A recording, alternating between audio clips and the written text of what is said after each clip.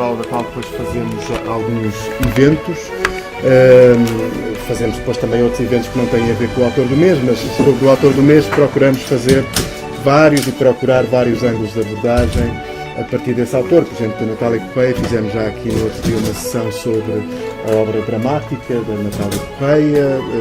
No fim de semana passado fizemos também uma leitura de poemas e uma conversa em torno de uma fotobiografia da Natália Correia. Na próxima semana, na quinta-feira, faremos uma conversa com o Nuno Costa Santos sobre a ligação da Natália Correia aos Açores. E hoje convidamos o Fernando da Costa, para que dispensará apresentações demasiado detalhadas. Publicou este livro, então, O Botequim da Liberdade. Não sei exatamente em que ano. Quando fez 20 anos que ela morreu. Quando fez 20 anos, muito bem. Há 2 anos. E era no fundo, punhamos aqui uma conversa então a partir deste livro do Fernando da Costa, da sua própria experiência também de contato com a Natália Correia. A doutora Natália Correia, desde meados da década de 60 até a morte dela. Dará então com uma conversa. A Natália não foi muito específica. Foi muito incompreendida. Ela era uma cebola, tinha muitas cascas. E criou-se uma imagem à volta dela, pontuada por um certo anedotário. Era a boquilha, era as provocações, era aquilo tudo, etc., que desvirtuaram ou que impediram muita gente de perceber a genialidade daquela mulher trouxe. Porque ela veio adiantada no tempo, para aqueles seres que vêm do futuro para nos antecipar o futuro. Só que essas pessoas, como o Cristina da Silva, a Natália, a pessoa com toda essa gente, só que essas pessoas depois têm um problema a não serem compreendidos pelos seus contemporâneos, que era o caso da Natália. O problema da Natália, número 1, era a sua profunda solidão intelectual. Daí ela rodeava sempre de cortes, às vezes muito irritante, e isso mandava sempre rodeada daquela gente toda, que era para se sentir agarrada à realidade, enraizada às coisas comezinhas, etc, porque senão ela sentia, para não sentir tanto essa incompreensão. É evidente que ela também ajudou um bocado à festa, com a postura que ela fazia. E aí essa lenda que se criou, ela era uma mulher muito popular, isso era muito engraçado, isso ia para qualquer lado, mas muito fiteira. A gente ia para qualquer lado para saber E ela dizia, para, que a gente pergunta, não há nada como perguntar às pessoas. Tá bem, eu parava e dizia, não é preciso, tinha aqui ainda já. Não. Era toda abrir a janela e perguntar o som que era. Mas ela fazia para quê? Para saber se as pessoas a conheciam. Depois era uma conversa, não sei o que mais. Tinha essa. A Natália defendia uma cultura vivenciada. Ela era contra, de facto, a cultura desvivenciada. Era um termo que ela aplicava muitas vezes. Ou seja, ela combatia aquela imagem do autor, da não sei o quê, que se fecha na sua torre de marfim e que não convive com os outros porque acha que essa pessoa acaba por não ter ligações, de facto, à vida real. E ela, que era uma mulher um bocado espaçarada, como dizia, era, no entanto, muito organizada. De manhã, estava em casa, quando ela acordava sempre ao fim da manhã, e dedicava umas horas a escrever. Estava no seu quarto, descalça, e escrevia no seu quarto. Depois, à tarde, ia para as suas coisas mundanas e sociais e culturais, etc. E à noite ia para o botequim para ter tal convívio. Antes do botequim, e o botequim, por isso é que até fui escrever um livro sobre o botequim, mas depois fala assim, antes de chegar. Antes disso, a Natália, que tinha uma casa fabulosa por cima da Semarta, estava um dia ali na tinha que ter o último andar, que era de facto uma casa notável, com uns salões grandes, etc. Tinha sempre a mesa, uma mesa sempre posta para as pessoas que iam lá. E como era uma mulher muito requintada, e como estava casada com o seu, com bastante dinheiro, que era o seu Machado, que tinha os hotéis mais abaixo, na sua mesa havia sempre mariscos, champanhe, a mania do champanhe, aquela coisa toda. O que é que acontecia? Acontecia aquela malta toda aí, dos poetas teses e não sei o quê, iam lá todos lá lambadaços, com o Mário Cesarino e o Luís Pacheco. O Luís Pacheco até levava um malão que depois apanhava e metia as lagostas dentro. Era, bom, aquilo era muito divertido. Enquanto isto, enquanto estas comissárias em cima, o marido da Natália Correios, o Machado, tinha no último andar do hotel, que era o Hotel Império, ao pé do cinema Tivoli, ali um hotel, no último andar tinha uma roleta clandestina, para a jogatina. Até o Tarefa, que era o marido da Cibele Brain, a Cibele Brain tinha mania de jogar, perdia um imenso dinheiro e ganhava aquelas todas. Mas como devem calcular, não há fortuna que resista a uma cambada de pelotões em cima e uma cambada de jogadores em baixo. Foi tudo à falência. O desmachado, a Natália, foi tudo. Aí a Natália ficou um bocado desazada, que até a gente vai fazer. E aos bares ela não gostava muito. E aí passámos a ir muito aos salões da Amália. A Amália era uma mulher extraordinária. Para mim foi das pessoas mais inteligentes que eu conheci. A Amália. Espertíssima, muito bem informada, manhosa até à quinta casa, era uma coisa que se fazia de burra, o que é uma coisa que rende muito, não se expõe, era tão interessante, mesmo de burra, não sabe nada, não tem memória, eu só tenho a quarta classe, uma mulher que era cultíssima, informadíssima, convivente com os grandes vultos a nível mundial, mas às vezes era desesperante com as filhas. Bom, então a gente chegava à casa da Amália. Aconselho-vos a fazer uma visita à casa da Amália, casa do Museu de Rua. Vale a pena, que ela tinha muito bom gosto, a casa muito bonita.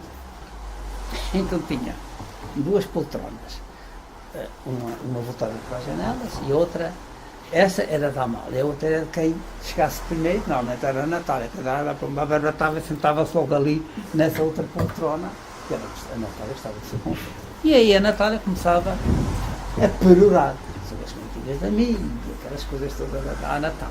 A Amália começava a ficar toda enxofrada. E então, como era muito manhosa, o que é que ela fazia? Pegava numa guitarra, tinha várias guitarras, mas uma, sobretudo, tinha estado em Alcácer Quibir. Mas esta foi que sim, que esteve em Alcácer Quibir. Começava a tocar e a cantar. Ora nós, entre ouvir a chumbada das cantigas de amigo da Natália e ouvir a Amália cantar, preferimos ouvir a Amália e voltávamos todos para a Amália. E a Natália deitava fundo para o quarto. Correu tudo mal. Então a Natália, que era muito amiga da Isabel Meireles, que é uma pintora e uma poetisa, bastante conceituada e com muito dinheiro que vive em Paris, resolveram abrir um botequim. Então, a Natália era muito dada a cartomantes e a bruxas. Ela também era um bocado bruxa. Então andámos uma série de noites, de madrugada, no carro, a percorrer Lisboa com uma bruxa que trazia assim uns galhos, não sei como assim, uns povos, não é? Depois de repente abria as janelas e punha aquilo fora do carro. Para ver se os paus da semana estavam. Até que uma vez, ao passarmos na Graça, o rei dos paus começaram a saltar. Saltar, não sei o que mais. E a Natália, é aqui! Estou vendo. Então havia ao fundo uma carvoaria que estava fechada, está tudo ali. É aqui, é a carvoaria. Pareceu o vedor, os vedores. É uma coisa como os vedores. E foi ali a Isabel Meireles, como tinha muito dinheiro, não sei o quê, eles então alugaram aqui, e como tinham muito bom gosto, fizeram um botequim que era muito requintado, quem ela conhecia, pelo menos nos meus tempos, nos tempos áureos, era de facto um espaço notável. E nesse espaço, ora, isto foi em fins da década de 60, acho que foi 69, que aquilo abriu, 68, 69, para a data só foi bastante bom, que aquilo abriu. Começou a ser um ponto de reunião cultural. Escritores, poetas, gente que ia passando, etc., grandes nomes até mundiais, o Henri Miller esteve lá, toda essa gente, já, pô. Mas, entretanto, dá-se o 25 de Abril.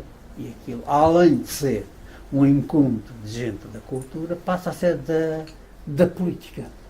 E ali passam a entrar e a frequentar desde presidentes da República, estão ali a falar muitas vezes, até assassinos como o Manuel Alentejano, que tinha matado às 40 pessoas, ele estava tudo à volta com a Natália, tudo a dar Deus, até era muito engraçado, que estava de um lado um dos juízes que estava a julgar depois do Otelo por causa das FPs 25, e ao lado do Otelo e dos outros, todos ali. Do Otelo era muito engraçado que apareciam duas marquesas açorianas, reacionaríssimas, muito mais para dentro que o pobre de Salazar, que para elas era escravista. Para elas. Mas muito cultas, muito formadas, a darem tareias ao Otelo ideológica, e o pobre do Otelo via-se atrapalhado para aguentar. Então é que era um ambiente muito curioso, muito vivo, e que marcou. Ali fizeram-se governos e golpes, etc, etc. Por exemplo, o documento dos 9 praticamente foi muito concebido e redigido ali, porque a certa altura apareceu o Melo Antunes, que foi levado pelo Carlos Plantier, que ele era muito amigo, e o Carlos Plantier vai dizer à Natália, que era aqui apresentar, acho que ele era major na altura, e a Natália era quem? Major. Logo, acho que era major. E a Natália queria apresentar aqui o Major Antunes. Não quero mais magalas, estou farta dessas magalas, eu não sei o que era. Ela era tudo igual. Lá lhe disseram, olha que ele é casado com uma açoriana, e mudou radicalmente, tornaram-se muito amigos, e então, com certa frequência, aparecia o Melo Antunes com uma pastinha, sentava-me lá para o pé dele, e ele a ler, o Melo Antunes a ler, o articulado do que será o documento dos 9. E de repente a gente ouvia a Natália aos berros. Esse que está errado, o sujeito não concorda com o predicado. Como é que estes revolucionários que não sabem gramática de fazer uma revolução? E o Valentim ficava numa borrachinha, pagava logo o quê e lá tinha aquilo para que a gramática funcionasse e funcionasse também a revolução. Ora, a Natália, o valor principal desta mulher era a liberdade. Era o valor principal da Natália Correia, sempre se bateu pela liberdade. Por isso, ela foi um elemento que enfrentou o regime anterior, o Estado Novo, o próprio Salazar.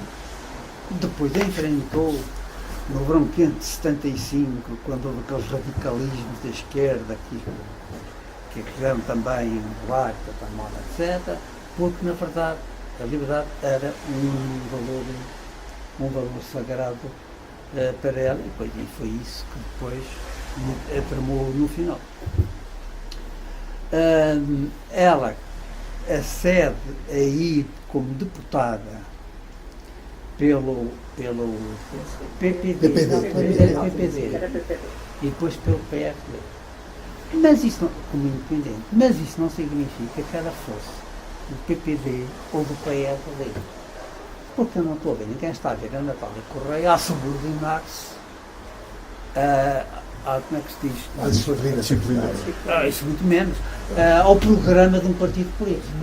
Os programas dos partidos políticos é que se subordinar a ela se quisessem. É claro que ela foi, porquê? Porque ela gostava muito de Sá Carneiro, gostava muito do Ramalho. O Sá Carneiro é uma figura encantadora, muito desprotegido, porque veio lá de cima do norte, do meio muito beato, muito conservador, das igrejas, e depois caiu nas garras de dois monstros. A Natália Correia, que era um monstro de fogo, a Senhora Cassis, que era um monstro de fogo, de gelo. E ela ali andava, mas tinha uma paciência para as duas que vocês nem imaginam. E a Natália provoca a relação entre a Senu e o Sá Carneiro. Não sei se conhecem como é que ela fez, eu posso lhe contar no instante. Um dia o Sá Carneiro telefonou à Natália e disse assim: Natália, pela primeira vez da minha vida vou ter uma editora que me vai lançar um livro que eu não conheço, que é a Senu, porque eu disse que na altura a Senu pediu a cada um dos secretários dos partidos para fazerem um livrinho com o programa dos partidos, etc.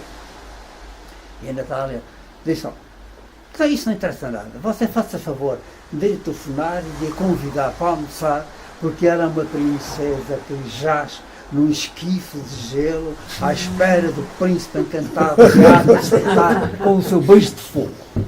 O Sacramento chegou graças àquilo. E depois assinou e disse: menina, vai telefonar o Sacarreio, faz favor de aceitar, porque ele é o príncipe que te vai despertar. Fez a conversa toda ao contrário. Eles foram à varanda lá de cima que é ali na Graça, e à sobremesa estavam apaixonados. É claro que a Cristina Bessa diz que é muito mais, ia dizer que não era nada disso, que aquilo foi tudo uma invenção, que aquilo iria O passar. Sacanagem estava sozinho em Lisboa. Pois estava, coitado, o Sacarreio andava sozinho, andava-se passarado, A mulher e os filhos estavam no Porto. andava com a chata da mulher de cima e lá com a igreja e não sei o quê, e com os filhos e não sei o quê. E ficou muito deslumbrado com aquelas duas mulheres que de facto eram fascinantes e abriram um mundo social, que assinou. Pertencia a uma das famílias de algo grande prestígio a nível europeu, ou também até do que europeu. Então ela vai para a Assembleia, o PPD, por duas vezes, quis lhe pôr um processo de expulsão, só como ela era independente, não pôs, não tinha expulso. E depois aí ela salubrizou. A Natália tem intervenções na Assembleia extraordinárias. A quem ninguém liga nenhuma, mesmo a própria Assembleia. A Assembleia sempre foi. O que tem lá sobre a Natália é o poema que ela faz ao Morgado. O resto. O resto que é extremamente importante, ninguém liga nenhum. Mas existe essas coisas? Existe. É uma questão de lá está lá nos arquivos da Assembleia, tem. Aquela questão foi assim, o pobre do Morgado, que eu até conheci muito bem o Morgado, que era de Lamego, andei em Lamego, conheci aquela família dele, era um advogado, bom chefe de família, bom cristão, aquelas coisas normal, foi isto também fazer a carreira política, veio para baixo para Lisboa, foi para o CDS, quis mostrar serviço no CDS. E então, nada melhor que pegar na altura a questão do aborto, não é? E ele vai para a Assembleia, e, pois, era ingênuo e foi muito imprudente.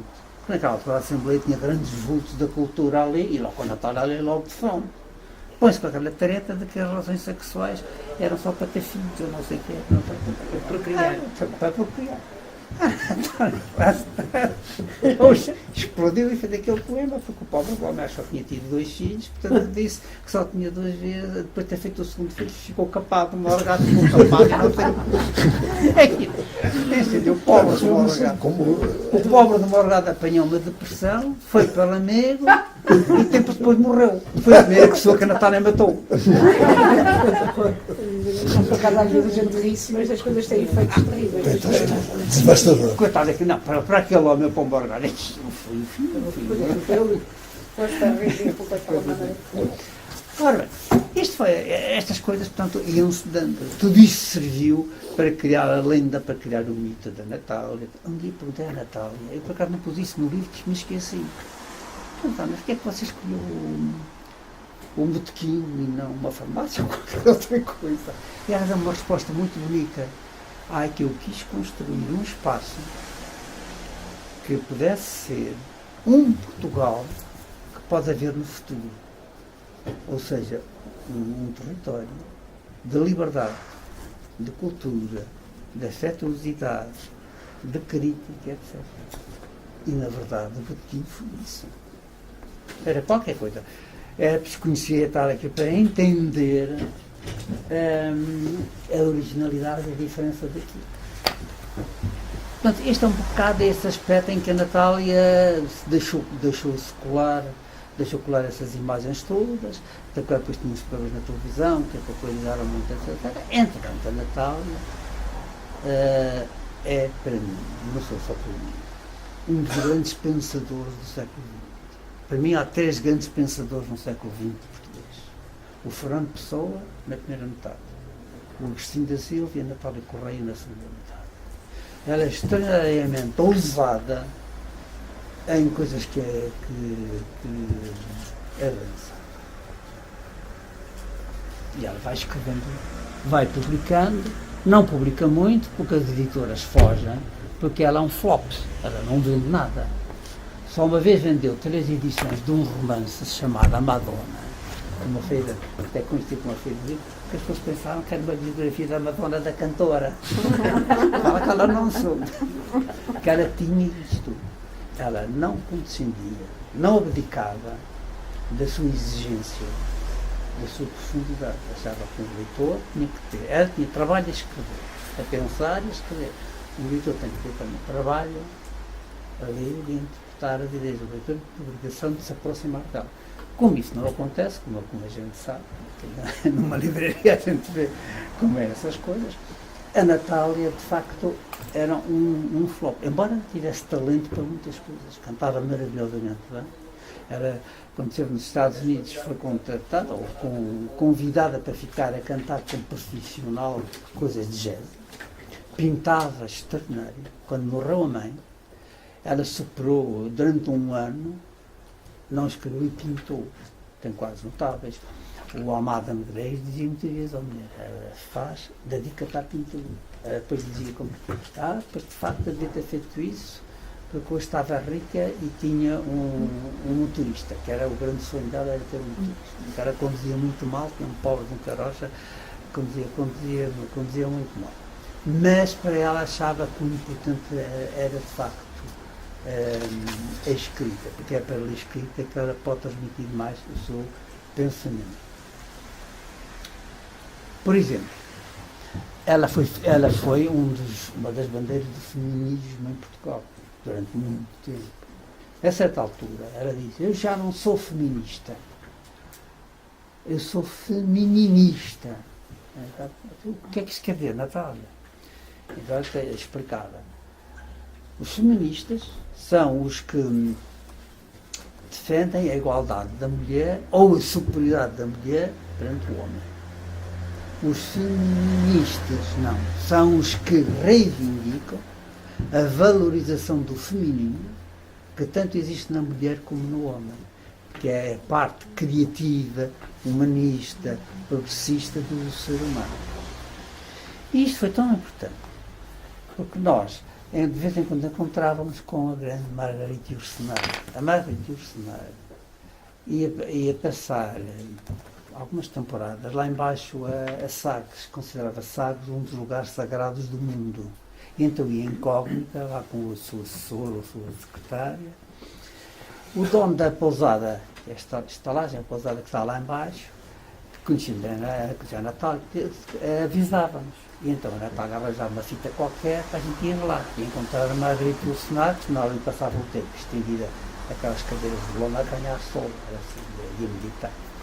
E a Margarita do Senado tomou e fez, como é que eu dizer, encostou no conceito de feminismo esta que a Natália avançou, e hoje o feminismo moderno que se generaliza contempla de facto este aspecto, a valorização do feminino. Outra coisa que ela faz é descrucificação. Um dia, na véspera da Páscoa, passou lá um casal, muito contente, cheio de prendinhas da Natália, muitos beijinhos à Natália, que iam aqui passar a festa da Consola da Disparata, da Páscoa, não sei. E a Natália começou a zoar, seus criminosos, vocês vão festejar um dos crimes mais horrorosos da controle da humanidade, que é a crucificação de Cristo. Que é o que a Igreja Católica anda a fazer há 2000 anos, anda a crucificar, a matar o Cristo, para depois o ressuscitar e tê-lo outra vez vivo, para depois o crucificar no ano seguinte, não é isto, não sei o que mais. E ela então escreve um livro que eu aconselho vivamente, que é o Armistício. É um livro até pequenino. E nesse livro, a teoria da Natália é que nós devíamos unir, subir ao monte, arrancar Jesus desse madeiro horroroso onde o puseram e trazê-lo para o seio dos seres humanos, porque é o Deus mais humano que existe. E para o seio dos outros deuses, porque ele também é um Deus. Isto é muito bom. E porquê isto? Porque aceitar a crucificação é aceitar o Holocausto. As igrejas, normalmente, tentam que as pessoas, como é que se diz? Sejam passivas, não é? Há uma palavra que agora me está a escapar. É um pouco disso, submissas. que aceitem isto, a desgraça. Ora, aceitar esta classificação é aceitar o Holocausto, um Holocausto nuclear, um Holocausto conformistas, exatamente, que criam o conformismo que depois vai dar a que as pessoas aceitem o Holocausto nuclear, o Holocausto demográfico, foi uma das grandes bandeiras que ela se bateu, todo este, o Holocausto da poluição do planeta, tudo isso, para que não reajam, uma maneira de paralisar e de aceitar tudo, Deus quer assim, etc, etc. E vem então a Natal, tem outra coisa interessantíssima que ela faz é a questão, também bem no dia, ela a certa altura diz assim, eu não sou iberista. Tive aquelas correntes do iberismo que havia no século XIX e do Império também. E com Saramago, quando Saramago até publica A Jangada de Voz. Tem discussões. Não sou iberista, eu sou ibericista. Ela tinha que ser sempre diferente de todos os outros. Não, e as palavras estavam corretamente somadas. Gramaticalmente. E nós, bom, está bem, está um bocado devido a essas coisas. E então ela explicava. É que os iberistas aceitam ou preconizam a integração de Portugal na Espanha. Os ibericistas não. Como Agostinho da Silva, que também tinha a mesma visão e tem mesmo texto sobre isso. Defendem ou preconizam ou antevêem que a Ibéria vai transformar-se numa comunidade de países independentes, repúblicas ou monarquias. Se eles preferem ter reis e rainhas, também tinha problema nisso, para eles não fazia grande questão. E isto é extraordinariamente importante. Depois posso pegar nisto e ir depois ao encontro com os estudos que o Agostinho da Silva e ela foram fazendo. E tem também um ensaio que se chama Todos Somos Hispanos, que também vale a pena ler, porque é muito interessante e muito avançado. Outra coisa que ela, juntamente com o Agostinho da Silva, os dois eram muito curiosos, porque não se davam com o outro, por uma questão de pudor. Não comigo, acho que se encontraram só uma ou duas vezes, só muito raspão. Eu é que sabia muito pombo correio entre um e outro. Mas era uma pessoa bastante limitada, deixava escapar muitas daquelas coisas. Era uma areia para a minha pobre caminhonete, entre aqueles dois grandes seres. É a questão do culto do Espírito Santo. Ora, a Natália é açoriana e em criança foi imperadora do Espírito Santo. Só imperatriz do Espírito Santo e imperadora, mas ela não aceitou ser imperatriz, era imperadora. E quando é que o Agostinho da Silva começa realmente a pegar neste tema? Quando se dá a implosão do Império Soviético. A implosão do Império Soviético, ou seja, cai é que o socialismo que havia, se é que na União Soviética havia socialismo. Pronto, mas admitamos que sim. Portanto, e então eles partem desse princípio. Bom, caiu, implodiu ali, mas isso não quer dizer que a ideia, a utopia socialista desapareça. Pelo contrário, agora que é mesmo a altura de nós refletirmos para reformularmos isso. E então, nós em Portugal temos um culto que é uma metáfora do socialismo, que é o culto do Espírito Santo, que é introduzido entre nós pelo Dom Dinis e pela Rainha Santa, a Isabel das Rosas. O Agostinho da Silva considerava o Dom Dinis o maior chefe de Estado que Portugal jamais teve. O Dom Dinis, sim. Porque é ele que delimita as fronteiras de Portugal, institui a língua portuguesa como língua oficial, começa a plantar os pinhais e manda vir um almirante de Itália já com a ideia disso. E diz, era tão extraordinário que até conseguiu aguentar uma santa em casa, que é uma coisa, deve ser uma coisa insuportável. Mas que deu imensa liberdade. Não, mas que deu imensa liberdade. Era que o Agostinho, que era governador e não sei o que mais. E a Natália vai lá, a Natália aí aceitava a Santa Isabel, achava muita graça às rosas e aqui tudo. Caso contrário, a Filipa de Lancaster é considerada a horrenda inglesa que veio destruir todo o dia, aquelas coisas da Ana. Então, o que é o culto do Espírito Santo? O culto do Espírito Santo assenta tem 3 pilares, que é na liberdade, que é na igualdade e que é na questão do poder. Porque, reparem, durante o culto do Espírito Santo, e, portanto, o culto do Espírito foi introduzido em Portugal, mas os poderes e a Igreja correram com o culto daqui, porque ainda está um bocadinho tomado e tal. Aonde ele se enraizou, e há muitos anos nos Açores, em todas as ilhas, nas 9 ilhas dos Açores, há aquele culto, que é um culto pagão. Depois que a Igreja o combateu. E no Brasil também há muito esse culto. E o culto tem, durante os dias da celebração, são postas nas ruas mesas com comida. Matam-se vacas e não sei o quê, tudo gratuito, eles vão e comem assim. Portanto, é o banquete gratuito. Não se paga por comer. Segundo, é libertado o preso. Os presos são libertados. Não faz sentido haver pessoas presas. Bem, nos Açores pode ser feito que são ilhas e não podem fugir. Aqui era mais complicado fugir. Lá apanhavam-se. Lá era mais difícil. E o poder é entregue a uma criança. Quem manda, quem governa durante esse tempo é uma criança, que é a inocência que deve ter prescindido o poder. Isto, no fundo, são bases realmente de um certo socialismo.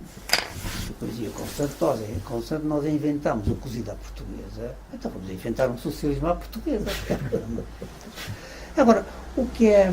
Depois há uma cena muito engraçada que, a certa altura, chega o Pequinha Natal e começa a ver, descobrir, não é o Espírito Santo, é a Espírita Santa, é feminino.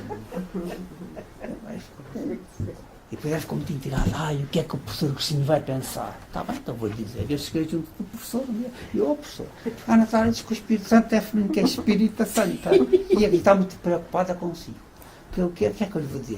Olha, cá segundas, quartas e sextas, masculino, às terças e quintas é feminino. E ele pensava com estas coisas. Mas disse assim, mas ela não tem mania de androginia. E ele disse, não tem mania. Tem, ela tinha um culto de androginia, diz que o ser humano vai outra vez caminhar em termos de futuro para se tornar andrógeno como era no início, para recuperar a unidade perdida. A maneira que ele é andrógeno, disse lá na tata, ele é andrógeno, ponto, e ela ficou toda contente, passou a ser. O Mário Soares foi fazer agora aqui uma parte, foi fazer uma presidência aberta aos Açores, e tinha que levar a Natália, que não era óbvio, não dava autorização. Lá foi, e ela foi, e impôs, eu quero fazer uma conferência. Esta cena foi muito engraçada em Ponta Delgada. Foi em Ponta Delgada, ou fui a Angra, já não sei, numa dessas cidades, estava o staff todo, estava o bispo dos Açores, era uma conferência sobre a Espírita Santa. O Fado arrelou os olhos e começou a cala-se que você não sabe nada disto, eu também não sabia, ele calada, assim, ela que sabia. Espírita Santa, não sei o quê, quem não achou graça nenhuma foi o bispo, que saiu da comitiva e nunca mais apareceu por causa da Natália. E então ela foi fazer a conferência, ninguém percebeu quase nada. E no final ela dava o padre Muniz a dizer assim, bem, depois disso, só me falta ouvir dizer que o Espírito Santo era gay.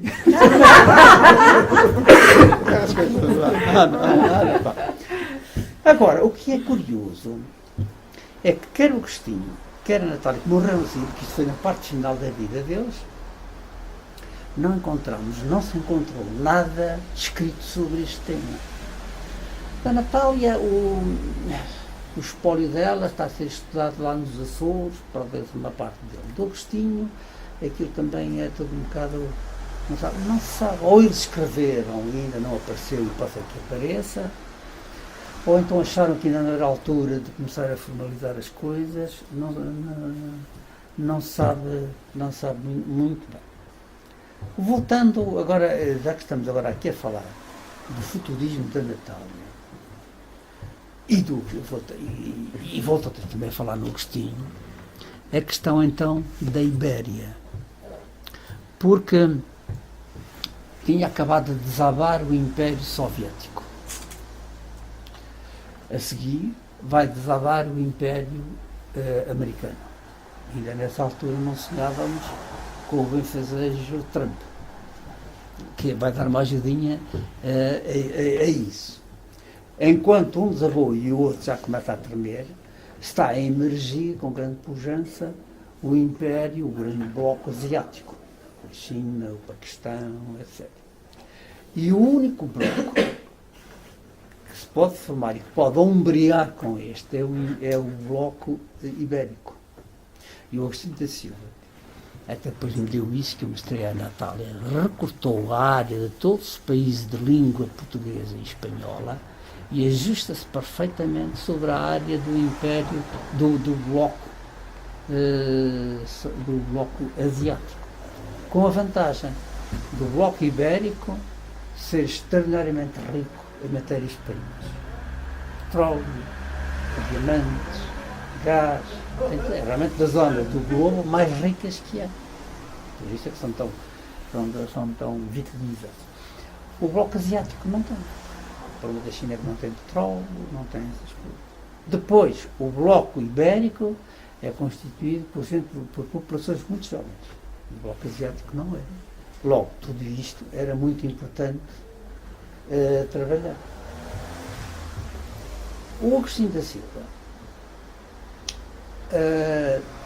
partiu para esta concepção do que seria, ou do que pode ser Portugal no futuro, de conversas com o Fernando Pessoa. Praticamente sabe disto, praticamente muito pouca gente sabe desta história, foi ele próprio que me contou, que me levou a Martinho da Arcada, sentamos na mesa e jantamos na mesa do Fernando Pessoa. O Agostinho e o Fernando Pessoa conviveram muito intimamente do dia 10 de dezembro de 1934 ao dia 27 de novembro de 1935, ou seja, 3 dias antes dele ir para o hospital e morrer. E durante esse período, basicamente, a conversa deles foi idealizarem aquilo que hoje se chama Da comunidade. a lusofonia, que é aquilo que depois se CPLP. eu diria CPLP, não conheço os nomes, claro, mas tinham. E porquê? Porque o Agostinho da Silva é sensibilizado pelo Fernando Pessoa por um artigo que o Fernando Pessoa escreve no jornal, que termina dizendo assim: para o futuro que eu antevejo para as colónias, para o futuro que eu antevejo para Portugal, as colónias não são precisas para nada, como constituem um forte empecilho.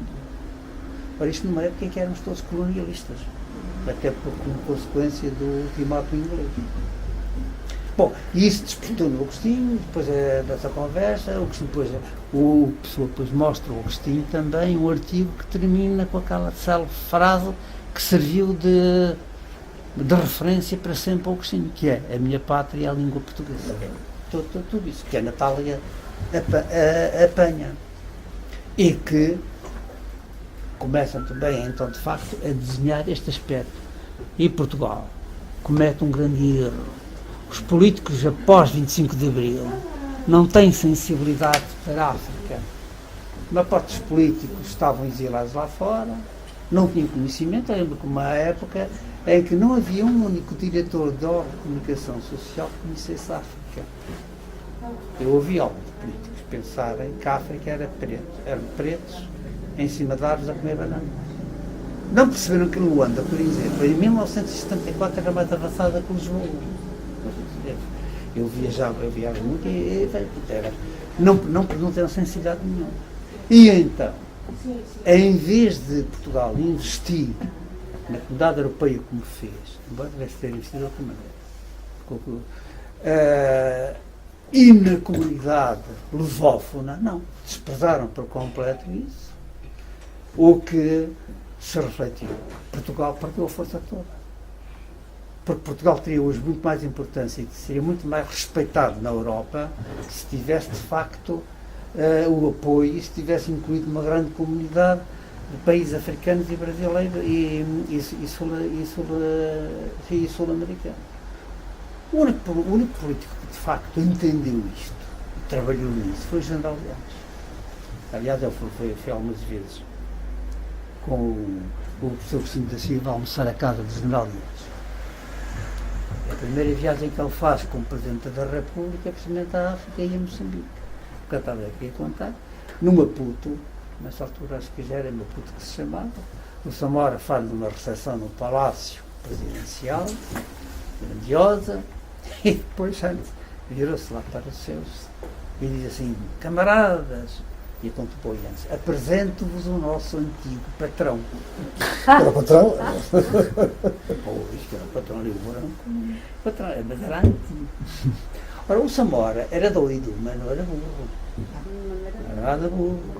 Isto é uma mensagem que eu estava a mandar para Portugal, para o papel que Portugal tinha que ter no futuro, que era muito cuidado com os jovens países africanos, mas uma grande discreção, não se meter.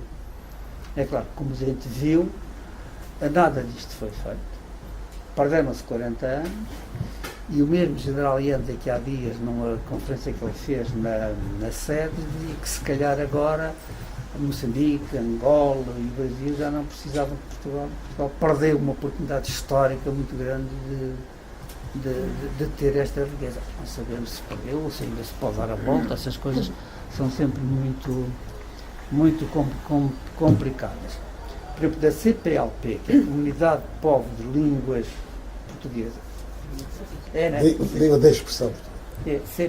Como é que é? Comunidade de Povos de Língua CPLP Portuguesa. É, língua portuguesa. Em Espanha, deveria criar-se uma congênere desta, que depois daria origem a uma só CPLI, Comunidade de Povos de Línguas Ibéricas. Uma das coisas que preocupa hoje muito o Sr. Trump é que já há 7 estados dos Estados Unidos onde se fala mais espanhol do que português. Inglês. Do que inglês, claro. Fala mais espanhol, portanto, está em grande expansão.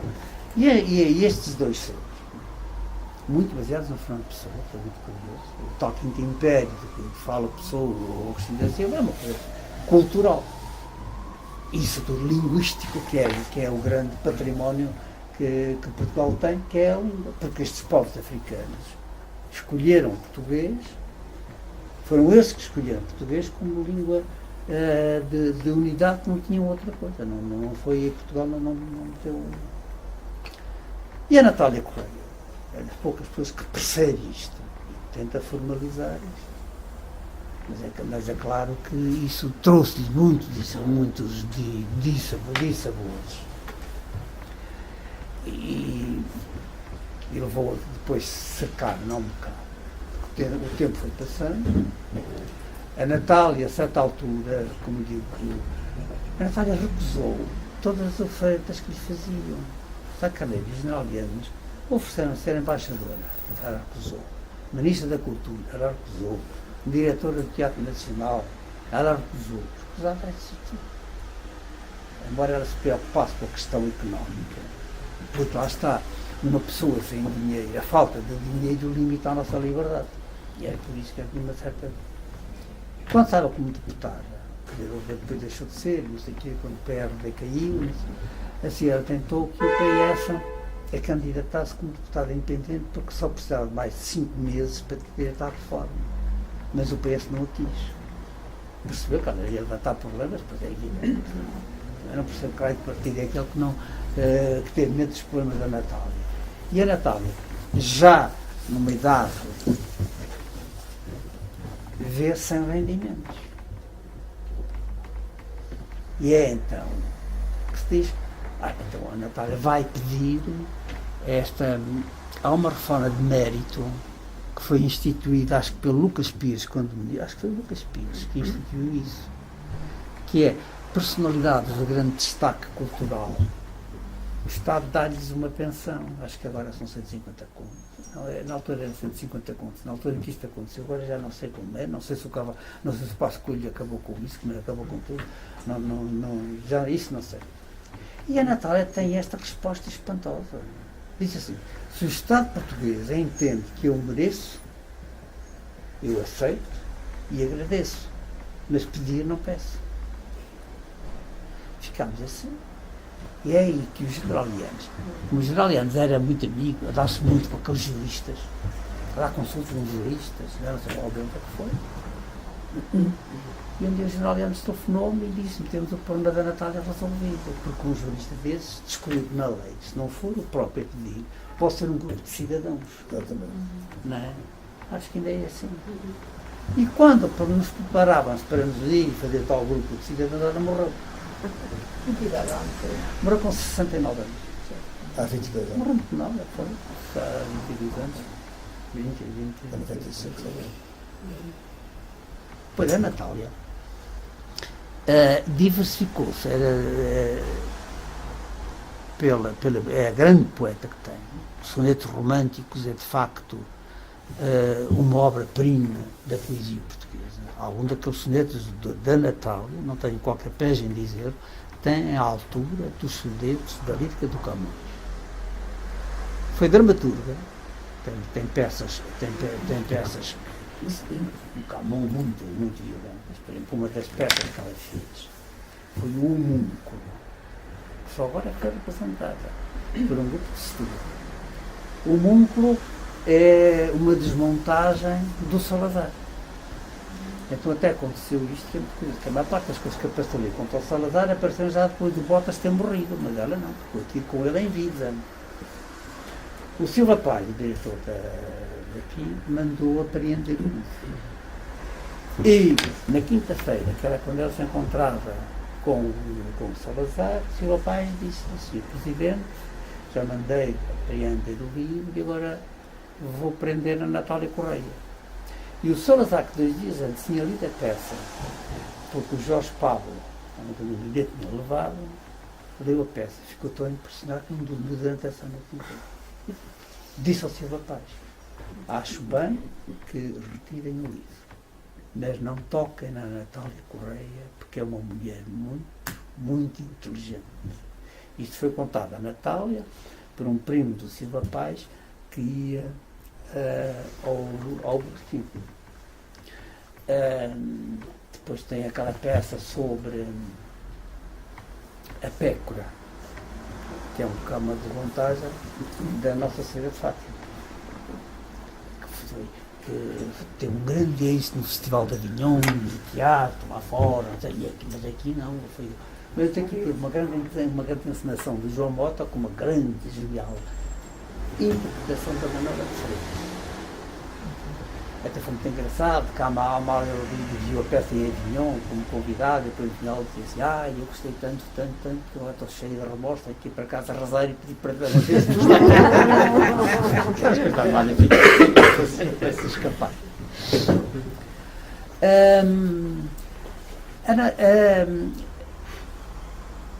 Depois também tem uma sobre o sebastianismo, que é, como é que chama a peça sobre, já não sei como se chama a peça. Tem romances, tem ensaios, é uma grande ensaísta. Portanto, é a mulher que praticamente cultivou todos os géneros que havia, e ao mesmo tempo ela reformulou os grandes mitos portugueses. Pedro Menezes, do Dom Sebastião, tudo isso, atualizando, porque são referências que nos fazem, que nos são fundamentais. E então defendia uma das grandes batalhas em que ela se metia, a preservação da memória. Agora dizia-nos assim: ser-se hoje revolucionário é preservar a memória, porque sem memória não há pensamento. Sem pensamento não há ideias. Sem ideias não há futuro. O que é o contrário do que está a acontecer. Nós estamos, normalmente, a grande parte dos nossos políticos, dirigentes e intelectuais comportam-se como se Portugal tivesse nascido com eles, ou seja, depois de 25 de Abril, esquecendo-se que Portugal é o país mais antigo da Europa. Vamos fazer daqui a pouco 1000 anos. Isso é um património muito importante, que temos que perceber, e não podemos deixar que seja agora uma comunidade europeia a tratar-nos da maneira como estamos a ser tratados. Quando Portugal entrou, assinou o Maastricht, a Natália Correia no botequim, alguém abriu o champanhe para festejar. e deu a Natália uma taça. E a Natália pegou na taça, atirou ao chão, puta que pariu, uma asterisco. A ver, porque havia como o Agostinho da Silva. O Agostinho da Silva chamava à Comunidade Europeia o Departamento de Secos e Molhados da Europa. Secos e Molhados da Europa. Eu lembro que ele uma vez, preocupado com a leviandade do Mário Soares, me disse, arranja-me lá um almoço com esse tipo. Lá fomos, e o Mário Soares passou o almoço a bater, não sei, chamar o Agostinho da Silva, reacionário e conservador e não. Quem é que é ele? O Mário Soares. Foi chamar ao Agostinho da Silva. Quando ele queria, ela está para essas coisas. E a Natália teve discussões muito grandes com o Mário Soares, mas o Mário Soares não levava muito. A relação entre eles era muito engraçada. Quando houve um congresso de escritores, e a Natália, nessa altura, tinha publicado o Sonetos Românticos, que ganhou o prémio de poesia da Associação Portuguesa de Escritores. E então, no encerramento, o Soares, que presidiu, deu o prémio, entregou o prémio à Natália Correia, ele condecorou, deu-lhe uma condecoração, tudo aquilo. E falou. E começou a falar da Natália, que já conhecia muito bem, que era uma mulher deslumbrante, muito bonita, tal. E a Natália levanta-se, quebra o protocolo todo, lá está eu, sempre viu em mim a fêmea, nunca viu em mim. Aquelas coisas. A Natália, porque ela foi muito vítima disso. Ela foi até confidenciada, já na parte. Já depois de ter perdido a juventude, que até era um alívio, porque assim as pessoas começavam então a perceber que ela não era, porque ela era das mulheres mais bonitas que havia em Lisboa. Era ela, era a Vera Lagoa, que era muito amigo dele. Tanto assim, quando o Manuel da Fonseca, o escritor, dizia, quando elas passavam na rua, que as árvores da avenida se inclinavam. Muita graça nisso. Mas é que este é um ser muito contraditório.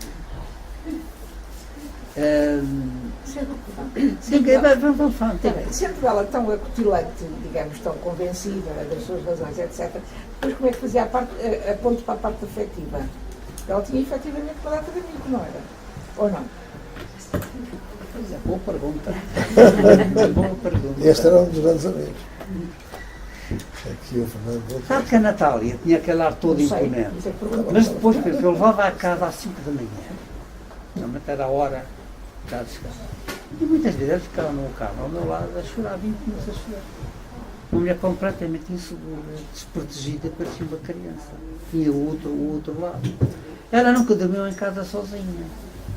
Eu esperava, antes de acabar com o Borg, e infelizmente mais ou menos ter casado, mas ela subia. Se estava lá empregada, ela ficava. Se não estava, ela vinha para trás e ficava no hotel limitado. Muitas vezes a empregada não estava, porque a empregada era bêbada e ninfomaníaca. Mas a vida era também para a parada da taleta, tinha que ter as suas qualidades. Mas era isso, uma pessoa de uma grande insegurança. E depois ia muito obcecada com os espíritos, com os descoladores. Uma vez deixei em casa às 5 da manhã, estava a dormir, lá cobra, venha cá, que está aqui um descolador da minha frente, eu estou forte de mandar embora, mas eu não se quer ir embora. Eu que sempre gostei de ver um descolador, tive no carro para sinais vermelhos e tudo para chegar lá. Já não vi nenhum. Depois, a Natália era uma mulher que tinha prazer da vida. Tinha uma mulher que gostava muito de comer. Muito fiteira. Ela chegava ao botequim para volta das 8h30, mais ou menos. E vinha um ar de mártir. Só estou com um chá e torrada, dentro de nada, tinha jantado já em casa. Mandava vir um rosbife, que era o melhor rosbife de Lisboa, era do botequim. Era muito bem feito pela Silva Antólia e pela mulher dele. A nossa banqueteava com rosbife. Depois, para voltar ainda à meia-noite, estava 3 cá petit, temos faquinha, mais um rosbife.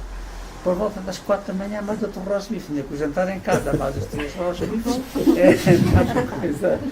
Era coisa tal. Ela era vampírica, isso era o Cesarino que prevenia-nos muito isso. Vocês, quando muito, apenas deixam com ela uma vez por semana, senão, são sugados por ela. Por exemplo, ela é entrada no botequim.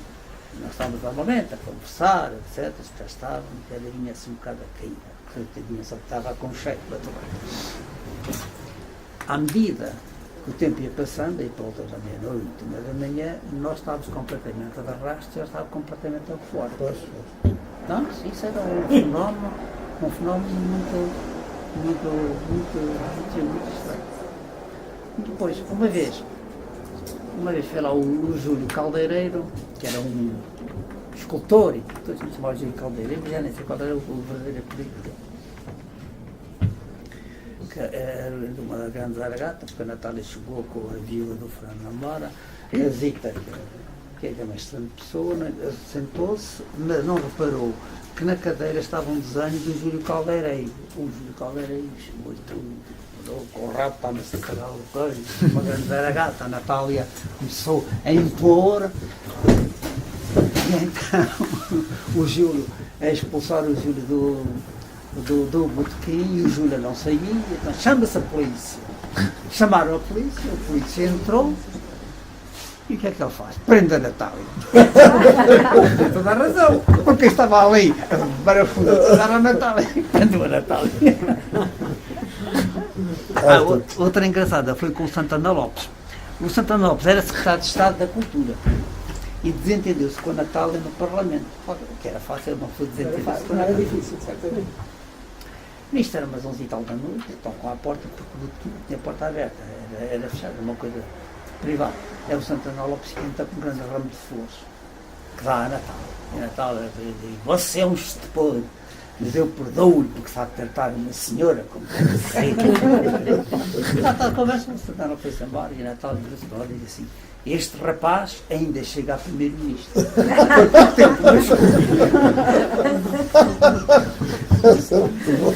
Agora, ela tinha uma grande adoração, era pelo Ramalhinhos, que foi impecável para com ela. Nem ela soube da missão das coisas que ele fazia, com toda a discussão, que era um homem muito discreto e com uma grande sensibilidade. Agora, depois as coisas correram mal, ela percebeu que estava à beira do precipício, que todos os valores que ela defendia e representava estava tudo desvalorizado. Veio essa onda tecnocrática. Por exemplo, ela batia tanto na cabeça do Sá Carneiro, coitado. Dizia assim: eu proponho que você convide para ministro um tecnocrata. Aquelas coisas dela, um tecnocrata. Eu lembro que um dia o Sá Carneiro disse assim: Natália, tenho uma notícia a dar. Contratei para ministro das Finanças um tecnocrata. É um Cavaco Silva, conhece? Não conheço, não quero conhecer, não sei se eu consigo, não sei o quê. Quem fez a grande promoção do Cavaco Silva naquela altura foi a Helena Roseta, que era a grande defensora do Cavaco Silva. Portanto, porque ela já percebia que ela dizia muitas vezes: os tempos que aí vêm vão ser terríveis. E então, isto é muito estranho. Ela dizia assim: as primeiras décadas do século XXI, a dizer, portanto, que os tempos que aí vêm vão ser muito terríveis e eu não quero vivê-los. Eu acho que houve ali um processo mesmo de desistência de vida da parte dela e deixar-se ir, porque ela não recusava tratar-se a certa altura. Acho que provocou até a partida. E ela dizia-nos isso. As primeiras décadas do século XXI vão trazer um retrocesso civilizacional. O problema é disto, e o Agostinho também nos dá a mesma história, dizia: vocês se estiverem na província, preparem retirada para a província. O problema é que nós estávamos, portanto isto foi há 25 anos ou 30 anos, estávamos a empreender a cavaquista, de grande euforia, que o cavaco oferecia frigoríficos e permitia toda a gente. Portanto, nós estávamos de facto pensando que isto era realmente um paraíso, ou que iria ser. Ao ouvir pessoas como a Natália, como o Agostinho da Silva, dizer o contrário, essa tal gente também, pelo menos eu também dizia: bem, também estão a exagerar e não sei o quê. E não apreendi, de facto, muitas das coisas que eles quereriam, ou poderiam ter dito, se tivesse sensibilidade para conversar e para tratar a sério, que ninguém, toda a gente recusou. E eles perceberam, de facto, esse isolamento e incompreensão que os rodeava. E a Natália teve muito essa noção.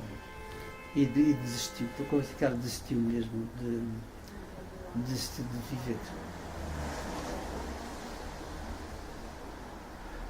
Repare, a gente nem sabe muito bem que doenças é que ela tinha. Ela queixava-se muito, ela queixava-se bastante. Andava-se metida com bruxas e com coisas e não sei o quê. Deu aos médicos e fez as coisas como deve de ser. E depois nós olhávamos para ela e tínhamos a ideia de que era imortal. Que eu não sei se isso acontece a certas pessoas que olham para ela e não acreditam que morram. Mas ela também ainda era nova, tinha 60 e tal anos, ela ainda era muito. E não lava muito a sério, até achava muito bem, como ela comia muito bem. Mas ela era muito curioso fica. essa vertente que não lhe é tão racional, até, digamos, com uma perspectiva de futuro, enfim, de alguma forma revolucionária. Como depois tinha essa vertente tão frágil das bruxas. Ela dizia, o racional só serve para nos levar mais depressa ao irracional. Não, essas coisas são muito complexas. Ela tinha a sensação dos prazeres da vida, a comida. Era só muito cozida à portuguesa. É que eu sempre dizia, quando a gente for com ela, nunca peça a mesma coisa. Peça um prato que ela detesta. Eu gosto muito de peixe grelhado, que ela odiava. Mas nessas alturas estava sempre resguardado. Lembro que uma vez fomos a Coimbra, a maçã correu tudo muito bem. Em Coimbra os estudantes fizeram um passeio de barco no Mondego, como no tempo da Dona Inês de Castro, vestidos assim, a tocar a luz e a Natália cantava, depois nas margens as pessoas paravam para tirar palmas, eram todas aquelas que cantavam, era tudo. Quando vimos, era como uma raça baixa. Isso. Quando vimos, no seguinte, que a gente veio-se embora, e voltei antes do meio-dia, a Natália dizia assim, apetece-me champanhe, e do verdadeiro. E dizia, Natália, a gente mal tem dinheiro para a gasolina. Quer dizer, eu ia muito nessa altura, eu tinha um bom automóvel, dirigi bem nessa altura. E um Nissan primeiro, não sei o que, ela gostava muito do carro. Nunca punha o cinto de segurança. Nunca. Minha mãe dizia, eu que sei, coisa com o pezinho, com o pé atrás. Olha, se eu multado, você que paga aquilo. E então ela disse, não tem nada, não sei o quê. E nós, nessa altura, atravessamos Leiria. Assim ainda não havia autoestrada, já não sei o quê, a gente tinha que atravessar ali. E ela disse, vai devagar. Está bem, devagarinho, ela abriu a janela e depois punha-se a cusculhar, para nada fora. A certa hora está num largo, onde estão muitos carros parados, num restaurante. Quer dizer, é aqui que entramos. Está bem, arrumou o carro, entramos no restaurante, com aquela descrição que a caracterizava, ninguém reparou nela. Sentámos, lá veio cozida à portuguesa, que ela pediu o meu peixinho para mim. Ela então tinha uma coisa, ela comia com as mãos. E à travessa, que atrapalhou, tirava para a parte dela os meus bocados da carne.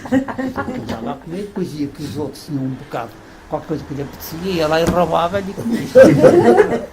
Era fazer sempre isso. Pois não, quando ela se zangava ainda tão no botequim, como aquelas senhoras muito pretenciosas que às vezes apareciam, o que é que ela fazia? Comia com as mãos, estava com as mãos do lado bife, com as mãos aqui, depois ia à sucata, e lixava-lhes os vestidos e os casacos assim, e então, a refeição lá estava a comer, o meu peixe muito grande, se metia com o peixe, estava tudo muito bem. E ao fundo, de facto, havia uma grande mesa que estava a homenagear um sujeito, um rapaz preto. Quando chegou a certa altura, quando chegou no fim, a Natália levanta-se, estava lá na comida, levanta-se, pega num copo vazio, e afinfa com uma quadra, o rapaz estava a ser homenageado, e chama-lhe o Príncipe Negro, não sei o que, aquelas coisas da Natal, o Príncipe Negro, e só não brindo com champanhe porque não tenho. Mal acabava de dizer isto, e eles vinham logo a correr, traziam-lhe champanhe, traziam os doces e comiam aquilo. Então, essa casada que apetecia champanhe. Era assim, mulher, verdadeiramente desconcertante. Negativa. Não é isso? Parece que eu disse. Eu vi aqui há uns tempos, eu acho que penso que outras pessoas também terão visto, uma peça que o Lafayette pôs em cena, que era uma noite em que a minha da Amália. Aquilo tinha alguma realidade? Tem. Ela foi feita para aliás, estava a Natália Correia também. Pois, estava a Natália, estava a Amália, estava o David, estava o Alain, aquele músico, o Alain. o Alain e o brasileiro, como é que ele se chamava? O Vinícius de Moraes, Vinícius, Vinícius. quando o Vinícius, é aquela fez a despedida que a Ele faz Amália aquele- fez ao Vinícius. E o David Manfred e a Valentina de Carvalho mandou para um técnico e gravou aquilo que está o disco. E o La Féria foi a partir desse disco que fez a A peça tinha coerência. Tinha, era mesmo assim.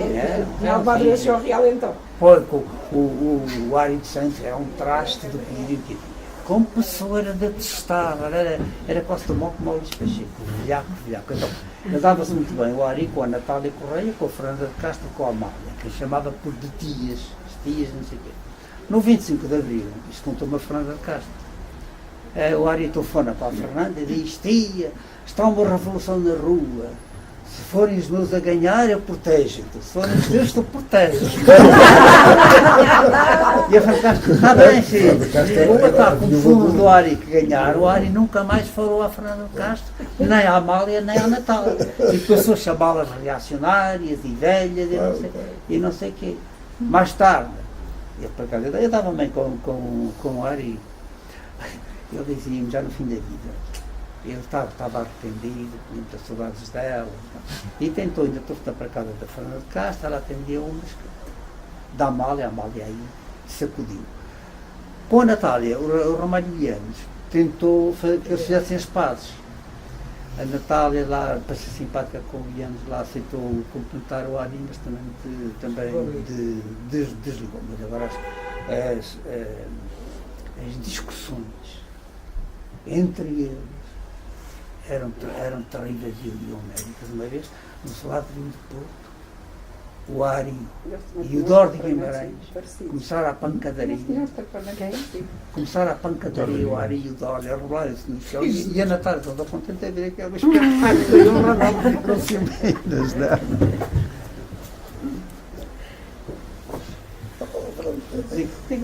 Já agora, hoje temos alguém que tente não só preservar esta memória, como é o seu caso, mas que possa, de certo modo, ilustrar, digamos, os mesmos pensamentos, ou a sequência do mesmo pensamento.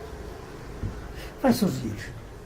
Este fenómeno da Natália Correia é muito curioso. Ela tinha-nos dito, pouco antes de morrer, vai ser preciso passarem 30 anos sobre a minha morte, 20, 30 anos, para eu começar a ser compreendida. Já passaram 20 anos, e foi até depois que eu publiquei o livro, e o livro tem tido muita aceitação. Mas mais do que isso, no país inteiro há uma grande curiosidade por ela. Eu tenho andado como saltimbanco pelo país, já dei 3 voltas ao país, a falar sobre a Natália. Anteontem estive nos Açores, a semana vou ao Funchal outra vez. Depois tenho de ir a Guimarães. Também Viana do Castelo. Também tive a Viana do Castelo. Que Então, as pessoas movimento. estão a interessar-se. É claro que as pessoas poderão não perceber muito bem ainda a poesia dela, porque é muito complexa. A maior parte dos poemas dela, aquilo é preciso muita paciência, é preciso muitas referências, é preciso muita cultura nossa para entendermos de facto aonde é que ela quer chegar. Mas talvez o espírito de liberdade dela é que fascina. E sobretudo, isso é que é um fenómeno muito interessante, gente nova, que nunca a conheceu, que ouve falar dela. E aparece, e vão, e é uma figura que fascina as pessoas, não sei, pela personalidade dela, pelas coisas que ela ia dizendo.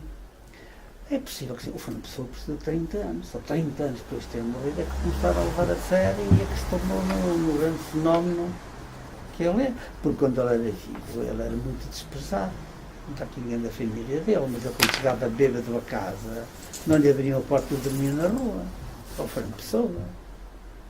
Isso contava o Luís Oliveira Guimarães. Que eu não sei se conhece, o Luís Oliveira Guimarães era um homem muito engraçado, que era juiz e era autor de revistas e de peças de teatro, era muito divãs, que era muito divertido. E como trabalhava ali no Terreiro de Paço, ia até com o Fernando Pessoa ao café, como se chama o café? Ao Martim. O Fernando Pessoa o jantar do Fernando Pessoa era um culpado de dar aguardente e um ovo estrelado. É que chamava sol frito. Assim, o Agostinho da Silva, quando nesse tempo comeu alguns ovos estrelados e disse que nunca mais encheu os ovos estrelados, nunca mais que ver ovos estrelados na vida. E depois o Fernando Pessoa disse que era um chato, não tinha graça nenhuma, contava o Luís da Rimeiro. Depois ele lia-lhe os poemas e o Luís da Rimeiro dizia que não percebia nada daquilo. O homem deixa de poesia, você não está cheio de poesia. Elétrico para cima. O pena é que ele depois chegava à casa, não era? E passava a noite a beber. E aquele aguentou, acho que foi o filho, não sei o quê. O Almada Medeiros também era conceituado no lucro. Quem? O Almada Medeiros também era conceituado no O Almada era muito espertalhão, sabe? O Almada é um fenómeno muito engraçado, porque como artista, como criador, é altamente avançado. Futurista, como pessoa, é reacionaríssimo. É? Ultra salazarista. Até o Salazar se incomodava com isso. Bom, aliás, foi protegido. Foi era reacionário. O que ele fez à mulher, a Sara Afonso, uma mulher cheia de talento, proibiu, só depois de ter morrido, que ela começou a pintar. Porque ela não podia, machista, não sei o que E mais. tratava dele, pá. Era. O Amado tem. Há esse fenómeno curioso, certos indivíduos que têm obras extraordinárias. E pessoalmente E como são- pessoa são os trastes do piorio que havia. O próprio Ari também era assim. Grande poeta, mas como pessoa era intratável. Pior. E o Luís Pacheco então. Fez que era mesmo mau, para não fazer maldades. O Cesarino era assim, era constante dava. Esse era constante. Esse que era copos que eu não deixasse. A Natália também teve outra faceta muito importante, que foi ser editora. Também editou, foi ela até que editou o Luís Pacheco, logo no início. Porque ela foi diretora da. Não era Ática, era outra editora, era chamada. Olha, era parecida com a Ática, mas não era Ática. É? Esqueço-me agora o nome da editora. Depois a Natália destacou-se muito. Quando foi no verão quente de 75, ela e o Miguel Torre. Porque, rapaz, a maior parte dos intelectuais, praticamente, tornaram-se, como é que é dizer isso de uma maneira elegante? Passaram-se para o PC. Para aquela esquerda, não sei o que. Foram capturados. Não deviam ter feito tanto como Foram capturados? um bocado, não sei. Foi um fenómeno grande parte de fogo. E a Natália não foi nem Torra, nem o David Marão Ferreira, nem o Vitor Nemésio, nem o António José Saraiva. Foram assim os poucos que havia. E a Natália comandava isso extremamente aguerrida. E depois uma mulher com uma coragem, uma velha, uma vez que quiserem ocupar a casa por 2 dias, ela correu a comissão de moradores lá do prédio, correu pelas escadas abaixo, não deixou que ocupassem a casa, porque entendiam que porque era uma casa muito grande só para ela e para a criada não dava. Tinha que receber lá dentro também outras famílias, como havia, naquela altura havia essa diretoria. Geralmente eram as casas desocupadas. Exato. Assim. Mas ela também Em foi. certas zonas ainda por cima. Também de Jorge de Sena. O Jorge de Sena tinha uma casa ali no Restelo. Está muito tempo nos Estados Unidos. E aqui, né, porque eu estive lá com ela em Santa Bárbara. E também muitos quiseram ocupar a casa. Foi o Jorge de Sena. Como é que era o temperamento dele? O Jorge de Sena era uma pessoa fascinante, mas insuportável de megalómano.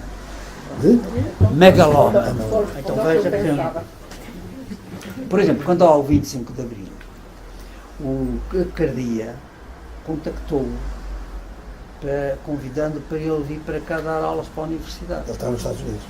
Estava em Wisconsin, nessa altura. Ele considerou aquilo uma ofensa. Contando. O indivíduo com um estatuto só pode ser convidado para 2 cargos. Ou para reitor da universidade ou para candidato à presidência da República. Logo. Eu nessa altura disse, o professor está a ser megalómano. Arrependi-me logo, disse, vai-me dar uma sapatada. Não, ficou muito sério. E depois diz-me isto, sabes, um homem para se aguentar tem de se agarrar a alguma coisa. E eu só me tenho a mim mesma que me agarrar. Capaz de ser uma preocupação excessiva e não ser a melhor solução. Mas não são feitios. Pois são feitios, não, são pessoas com o ego muito realmente, para fazerem coisas grandes sem que acreditar também. Ou então tem que se preservar como a Natália fez, como fez o Miguel Torga. Ou então ficar. Mas o Torga era um falso modesto. Não era modesto, nada. O Torga Não era é que eu falso dizia modesto. modesto, mas para se preservarem, criam uma espécie de redoma de vidro que os protege. O senhor mas era fascinante. O senhor. Como escritor, Não, e começou a falar, não sei o quê, era um mágico. A última vez que estive com ele, ele veio lá de cima do. As pessoas não se aperceberam, mas ele era um homem altamente prestigiado nos Estados Unidos, nos meios culturais, etc. Porque eu contei isso com muita graça. Porque ele tinha em casa, em Santa Bárbara, uma grande biblioteca. E os colegas dele, professores universitários, quando iam a casa, ficavam espantados por ter uma biblioteca em casa, porque é um desperdício, não vale a pena. Porque a universidade tem uma grande biblioteca, para que é que uma pessoa a ler em casa? Os burros, não sei o que, é possível. Ele veio cá quando o Marcelo Caetano autorizou o regresso dos exilados. Quando se deu 25 de abril, eu fui buscar o aeroporto. E depois disse, professor, logo, não sei o quê, vai ver as coisas culturais e não sei o quê. E ele está, não percebi nada disso. Leve-me lá embaixo ao Capitólio, que eu quero ir ver a Garganta Funda, que nunca vi um filme pornográfico.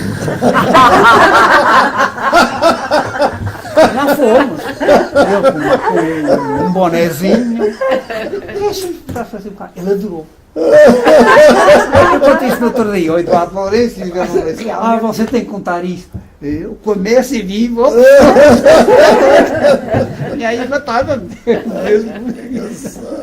Foi a Garganta Funda, ou coisa assim. Foi a Garganta Funda, foi aquele tal filme, que foi o primeiro grande filme. É o. Diga. Era assim uma coisa, eu por acaso não vi, mas acho que era um daqueles que tinha vestido, pelo menos, não era bem pornográfico, era assim uma coisa. Não era. Chama-se expulso.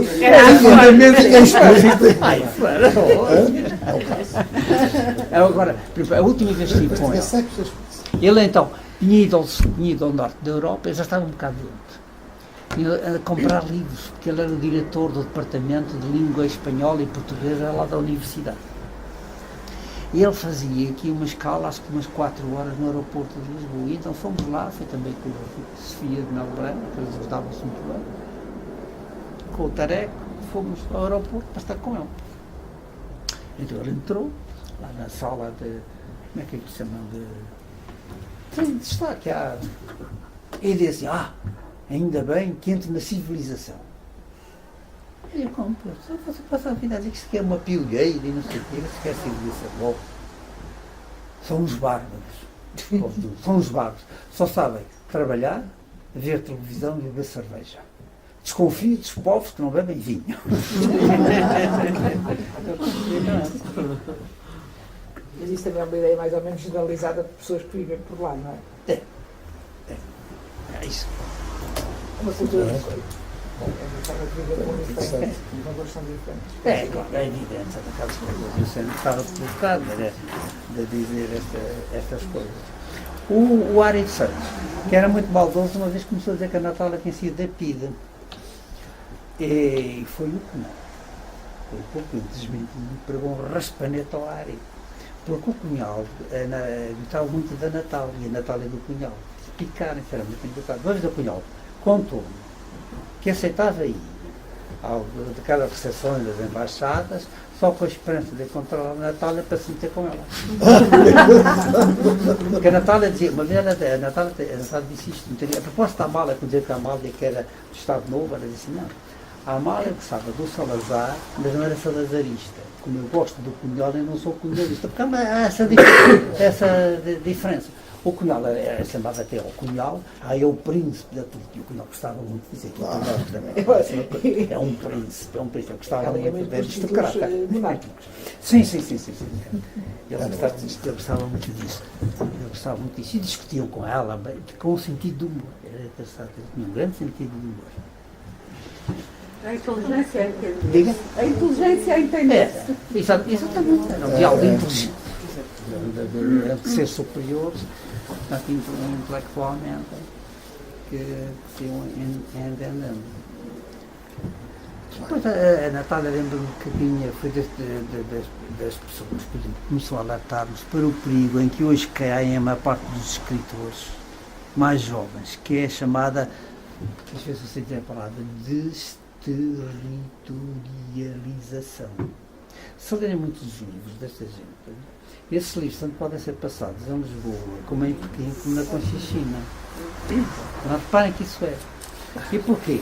Porque foram os editores que começaram a fazer pressão nesse sentido, porque isso facilita a tradução para outras línguas e a venda e aumentar os mercados. E eu lembro-me da discussão que a Natália teve com o José Saramago, de Pequim, porque o Saramago também entrou por aí. Sim. E a Natália dizia, pois, tu fazes isso como estratégia para ganhar o prémio Nobel. Vais ganhar, mas não podes continuar. E de facto o Saramago, depois de ter o Nobel, voltou a trazer às coisas portuguesas. E nessa altura ainda não se falava muito nisto, e a Natália era realmente percepcionava essa tendência que se estava a dar. O que teve influências muito negativas. Porque o romance, e aqui os nossos amigos têm, se calhar, elementos muito mais exatos sobre isso, o romance era aquele que vendia mais. E caiu. Porque, precisamente como o romance deixou de ser, como é que é dizer, ter final nosso, passou a ser um bocado estranho. E tal, isso levou as pessoas a afastarem-se um pouco do romance. É uma explicação? Não sei. Não sei porque o que nos universaliza é precisamente assumirmos as nossas características e a nossa diferença. A Natália batia isso muito por isso. É a questão a história que o Saramago diz que era a Natália, que o romance deixou de ser um género literário para ser um território literário. Uma espécie de rio onde vão desaguar todos os outros géneros. E depois a Natália também ia contra. Há um pouco esta ideia de que um romance não é para ter ideias, é para contar sentimentos, histórias e não sei o quê. Era o contrário disso. Nada do que a Natália escrevia ou filmava era gratuito. Tudo dizia a um pensamento, a uma ideia, a qualquer coisa. O que tornou, como é evidente, a obra da Natália mais difícil, até contrário, porque hoje estamos num processo contrário. Hoje é o light que interessa, é a comunicação mais, o não fazer pensar, distrair, tudo isso. De maneira que tudo se conjugou para isolar a Natália. E ela percebeu isto, como era uma mulher orgulhosa, preferiu desaparecer. Agora, eu não sei, ela fazia estas coisas porque era natural nela. Mas ela adoece. Ela nunca adoeceu, ela sempre foi doente. Ela nunca sabe. Ela queixava-se das coisas. Aparecia lá um bruxo qualquer, dava-lhe umas coisas. Depois ia. Era muito esquisito aquilo. Porque ela era uma compositora assim de Simões, que ainda tentou curá-la ou tentou tratar dela, mas ela depois não obedecia nada, depois meteu-se a cabeça. Por isso que também era muito teimosa. E depois tinha esta vida degradada, mas não é orientação de tudo, isto era fora. Era muito estranho. Se me perguntar o que é que ela morreu, a gente nem sabe o que é que ela morreu. Deve ter sido um ataque. Eu ouvi ontem uma Ela gostava de dos pulmões, ficava a fumar, ela fumou muito, fumava 4 maços, não sei o quê. Depois deixou de fumar, depois ela inventou a teoria de que uma pessoa que fuma toda a vida, depois deixa de fumar, morre 3 anos depois. E então cortava a vida toda a gente para voltarem a fumar. Era para não morrer. Era maluco. Era doida, tinha essas coisas, essas teorias que não devem calcular. E depois berrava contra os médicos que a proibiram de fumar, porque estavam a matar, era querer voltar a fumar para então, era assim, era por isso um bocadinho o irracionalismo que não se compreendia. Imagina essa época, a França de Castro, o Salazar tinha seus cartomantes. Uma delas era a mulher do Norberto Lopes, a célebre Sibila. que era muito engraçado. O Norberto Lopes ia para o Diário de Lisboa escrever as notas do dia contra o regime. E o Salazar pagava no telefone para a mulher para lhe dar as cartas para ver o que é que ia acontecer. E uma vez, contou-me que era uma senhora muito engraçada, a Sibira morreu com 102 anos. E sido atriz e bailarina, era uma mulher muito engraçada aquela e muito a Marta também. Agora é Natália, os dois encontravam-se todos no mesmo sítio. E um dia a Sibira disse-lhe: Senhor Presidente, há aqui umas cartas que dizem que há um avião e a Suíça e fala na Suíça. Tenha cuidado. O Salazar dizia: mas eu não tenho dinheiro para ir para a Suíça. Sério, não ligou. O que é que tinha passado? O golpe do Botelho Muniz, porque já tinham preparado um avião para pôr o Botas na Suíça. E a Sibila depois ficou muito traumatizada porque não previu a queda do Salazar. Previu outras coisas. É da cadeira. Pois lá no fundo previu muitas coisas ao Salazar e houve muitas coisas que o Salazar não fez porque as cartas não indicavam, porque o Salazar não era católico. Ele perdeu a fé e deixou de comungar, aos 25 anos. Ele cortou com a cerejeira, só se encontrava uma duas vezes por ano. Isso é tradicional, mas os seminaristas. É. O que era feito? Pois é capaz de ser, não é? É seminarista. É capaz de trabalhar numa instituição onde havia muitos Ex-seminarista fica sempre aquela coisa, ficam sempre com aquela Não, maneira. é revolta. É É capaz de ser, é revolta. Porque o Cerejeira não era. Pois, não era ex. O Cerejeira era cardeal. O Sergeiro era mesmo. Que era um homem muito divertido. Um homem Era divertido o Sergeiro. É muito divertido. Então, o Cerejeira. Nós não temos nada dessa ideia. Pois não conhecia muito bem o Cerejeira, como conhecia o Salazar. O Cerejeira, o grande poeta para o Cerejeira era o Alberto Helder. O Cerejeira era assim. No verão quente de 75, quando eu ficava farto daquelas manifestações, daquela barulho, eu dizia para um colega meu que dizia da luz, está assim tão civilizado, como deve ser isto, farta esta javardice toda destes operários, destas coisas. Então, no meu carro, pobre. Cheio de pó, e não sei, mas exatamente. Pobres, como dizia a senhora do Espírito Santo aqui há tempo. Bom, temos o meu carro e íamos para a buraca tomar chá com cerejeira. Que nos recebia principescamente, sempre vestido com aquelas vestes, parecia a Meira Requaço, com rosa, não sei o quê, com umas freiras impecáveis, que nos faziam um chá delicioso e uns bolinhos, etc. E tínhamos ali conversas que ela era um homem agradabilíssimo, um refinadíssimo hipócrita, não é evidente, mas um homem muito culto. E eu lembro-me perfeitamente, depois só tínhamos um problema, tínhamos O Goebbels também era, não é? Quem? O Goebbels, por exemplo, também era de Claro, os tipos são cultos, não é evidente, até com essa Cada cantar, cultura da simpatia a gente também tem que ter a justa medida. Mas então depois tínhamos era que gravar um recital de piano, para tocar um playlist de cerejeira. Então tínhamos que estar ali, quase uma hora, a ouvir o recital de piano. Mas lembro como uma vez, naquela altura havia uma rivalidade entre o Sartre e o Camus e o Swings. E nós éramos quase todos pelo Sartre. E ele dizia: meus filhos, vocês estão enganados. O maior é o Camus. Dizia o Dizia o Sergeiro. Sergeira, porque o Sartre vai ficar muito condicionado pelas suas posições políticas e o Camus não. E na verdade é verdade. Por acaso é verdade. Eu hoje agora releio. Ele, por acaso, também tem bastante, digamos, também tinha bem as suas convicções políticas, é o Sergeira, não é? Tinha um dia também lhe perguntei, mas quando eu perguntei, mas iminência, está lá fora uma revolução, não o preocupe. Mas filho, isto vai passar e depois voltar na igreja, ainda vai adquirir mais importância. Se estava a pensar no Guterres, foi o primeiro-ministro mais beato que este país teve. Aqui para nós.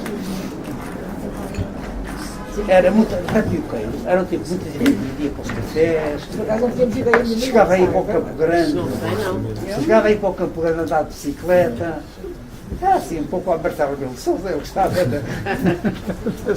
das coisas. Ao contrário do Salazar, que não nos passava cartão. Em Coimbra, o Salazar entrava na Brasileira e tomava um café ao balcão. E ao fundo estava os tipos, com o Sergeiro, todos da galhofa, todos na estrutura. O Salazar chamava, ou seja, o rapioqueiro. Chamava O rapioqueiro. Rapioqueiro. Sim, francamente. Não é uma ideia. Não era sério e tal. O Salazar era um homem muito culto, mas era uma cultura clássica. A grande Bíblia era o Padre António Vieira, o Padre Manuel Bernardo e o Aquilino Ribeiro. Chegava o Aquilino Ribeiro, que era o grande escritor. O problema do Aquilino é que ele era assim de beijo. Eram os dois marretas.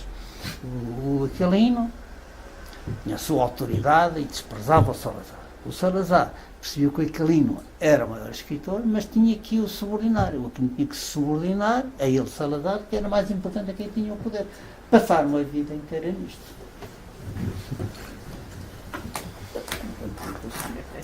Bom, se calhar vamos. Muito obrigado.